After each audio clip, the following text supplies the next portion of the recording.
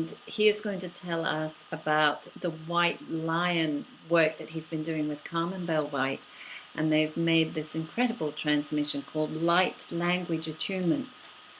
So tell us about your work with Carmen and this piece, Greg. Well, thanks, Swan, so much for giving me a chance to talk about it. It's a work in progress, and it's really one of the most unusual chant sacred sound albums I've done because it's kind of uncharted territory. Really gone deeply into this idea of tuning everything in 4-3-2 frequency, which has a different harmonic vibrational effect on the body. Very interesting. If you look at a cymoscope, you can see the coherence of this tuning system. As a lot of you may know, that the ordinary tuning system is A440, which pulls it slightly into another direction and different effect. So there's a lot of discussion now around the world to return the standard tuning of pianos, all instruments, back to A432. So part of this was to create a sacred chant album where you receive information from various entities, you could say beings, ascended masters, and this was set up with crystal bowls, very delicate strings, and breath. So it's one of these recordings that doesn't use synthesizers, doesn't use electronic music, but it seems to fill the whole space at certain times. And we tuned into the sound, and Carmen has a gift, having many years been singing in sacred sites, to tuning in to what's around us. And we both went into a very, very deep space. Carmen started singing words she didn't even know. We had to later Google the words and find out that indeed they're ancient sacred words that she was chanting. And it was extraordinary, really. When I started the recording session, I thought, well, let's just do 3 passes at this, and then we can edit the best bits together. But very quickly, once we recorded and had a cup of tea and recovered, we realized that each transmission was complete in itself, and I couldn't touch it. I couldn't edit it. It was just a question of mixing it, making sure the sound levels were correct. And having lived with it now for some months, I can quite honestly tell you it is transportational. You put it on, and off you go.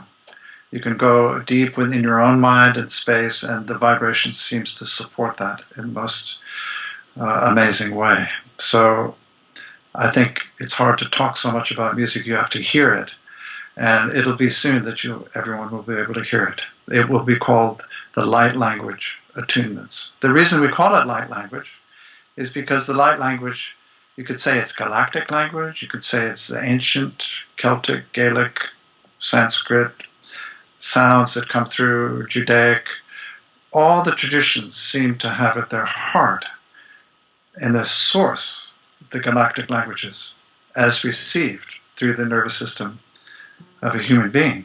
We're human beings that are existing on this earth, but really we have a connection that more and more people are acknowledging and understanding to the galactic realms, angelic realms. So for me, it's a wonderful project to be involved with. Again, I feel so grateful to be, I wouldn't say gatekeeper, I would say just one of the instruments involved with this, that we can pursue it and just absorb it and offer it to the world. I think it's fascinating that here you are again working with the White Lions, which of course is so intrinsic to the African continent. It just feels right. I think also, that every time, every age, every month, every week has its own vibration. And we started this when there was very special new moon in Leo, and funny enough, I'd gone to one of the sacred sites called the Kennet Longbarrow, just near Avebury Ring, the largest Neolithic stone circle in the world, and you could see the Silbury Hill from the West Kennet Longbarrow, and I had been chanting with another wonderful singer, Stella Fairburn, and we found a little altar in the West Kennet Longbarrow. Now this is 6,000 years old stone structure, and we had been recording and filming in there. Later, I found out 3 nights earlier, Carmen Bell White had been there. And we'd been talking regularly, but she forgot, or somehow I didn't know that she was going to one of the structures. So she had already warmed up that structure for us, and we had come in the evening just exactly when the new moon was to record. And she'd already created this wonderful atmosphere in this ancient sacred place. So it was one of the many confluences, coincidences, synchronicities, you could call it, I prefer to call it synchronicities, where a lot of energies line up. And when we chose the day to sing and do our sounding, in the morning, very early, we went to a local monk's temple, which is near here, Preknash Abbey. And it has the most beautiful atmosphere and been used for contemplation and prayer for hundreds of years. And we had sat and toned and meditated. And then she was in the car driving back here. It's about 10 miles up the road towards Cheltenham. She said, "I'm ready." And that was the most beautiful moment. I said, "Well, you know what? I'm ready too." So we just came right in the studio. Everything was set up and we let it come through. Of course, I go into deep meditation. I have the easy job. I don't have to do anything. Just make sure I record it. I love it when that timing, that divine timing, just takes over, and you're in that creative flow, and it comes out, and you know that it's untouchable. It was the same when I was doing the colors of the Aquarian Cross for your daily prayer. 33. I couldn't have. It would have been hard to choose 33 colors had I, in my ego mind, wanted to make that happen. But when I've chosen the colors, they were just the colors it needed to be. So we have to trust that flow when it happens. The artists, yeah. And the vibrational medical people, vibrational medicine, the art, the music. And I think it'll permeate to all the different aspects of human activity, even, the cultural aspects of dance, financial planning, city planning, community spirit. All these things will be that process you described so beautifully. What Carmen and I experienced making these recordings. This is our new earth. This is how we're going to establish our new earth. Yes. This is why I called my music company Heaven on Earth Music, because our role is to create heaven on this earth. And wow, let's bring it on. Yeah. Work together. It's so great to work with artists. Let's do it. Work with Swan. And you, because for me, I have all this art, and this is my dream, to work with the musicians and bring them together, the art and the sound. An interesting thing about the lions that not many people know, and the only cosmologist I've really ever heard talk about this is Murray Hope, who's no longer with us on this side of the veils.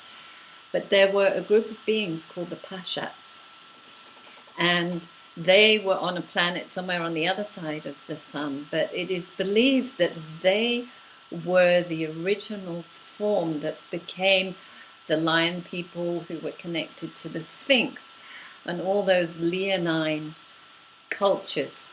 And often when I'm doing energy work with people and I'm connecting, realigning to our ancient, sacred, sort of highest self-consciousness, I will go to that Pashat level, which is the 22nd dimensional level of our higher self-consciousness. Wow. And I've been sure that it relates to the white lions. And I don't think you and I have talked about this fully, but Carmen and I have already synchronized this idea to take a group down to South Africa to do a retreat with the white lions. Wow. So, yeah, there's a lady, Ashiana Dean, who was doing different drawings of the different races, the ET races that are present on this earth. And she wrote very clearly, drew her artwork, the leonine beings that are very evolved and very, very beautiful. And ever since that time, I first saw this maybe 15 years ago, I've always been open to this idea that even insect, even lion, no matter what lineage life form takes, there are fully blossomed aspects to this life form. Yeah. And when consciousness fully blossoms, it doesn't matter about the form. Yeah. But I'm sure that's why cat people, maybe that's why the West End show Cats was so popular. People relate to all this, and that whole lionine feeling of courage and strength. A lot of people relate to, of course, the Lion King. Well, when I was writing the book of Sarah, Jesus' secret wife, you know, and I would have long contemplative interactions with Jesus, or Yeshua as I call him.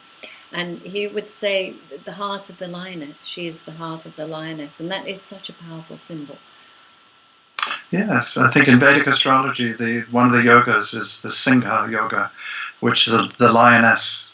It means if you walk like a lioness, that means you walk in your full power. Yeah. My daughter has that, and I can see that already. They're manifesting that. And she does, and so does my son, actually. They both do. Yeah. Well, thank you, Craig. That's been a wonderful introduction. So now people are going to have a chance to enjoy the video of the white lions, and we'll be back again with you shortly.